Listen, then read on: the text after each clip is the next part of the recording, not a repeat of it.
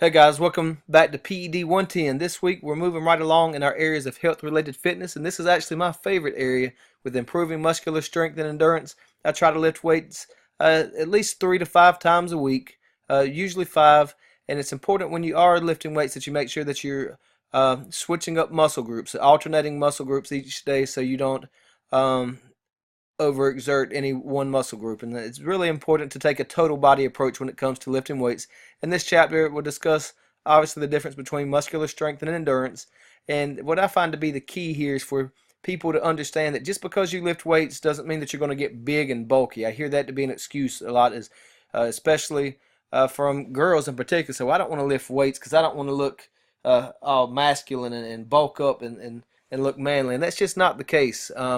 It's important to understand what your goals are. And so, for example, if you lift heavy weights, then you will get bulkier, you'll add muscle mass, you'll add strength. However, if you're just trying to tone your body and shape up and sculpt your body, so to speak, then of course you would just lift lighter weights for higher repetition. This chapter goes through all of that, though, and so you'll actually be an expert in this area by the time you're finished with this chapter. Have a pretty routine week. You've got your PowerPoint, which is actually a PDF. The PowerPoint file was too large to put on Moodle, so it's a PDF of the PowerPoint. You've got your quiz, your physical activity monitoring report, and your chapter 4 checklist, just to kind of keep you on track. And remember, when you're looking at your checklist, you want to check these bars, and it should be filled completely green. There should be no white there.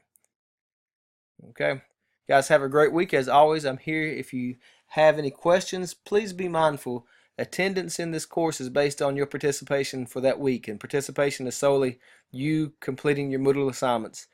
So be very careful because we only meet once a week, so to speak.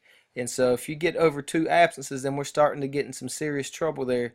And the attendance policy only allows for 2 absences. So be mindful of that. All right, guys, let me know if you need anything. Have a great week.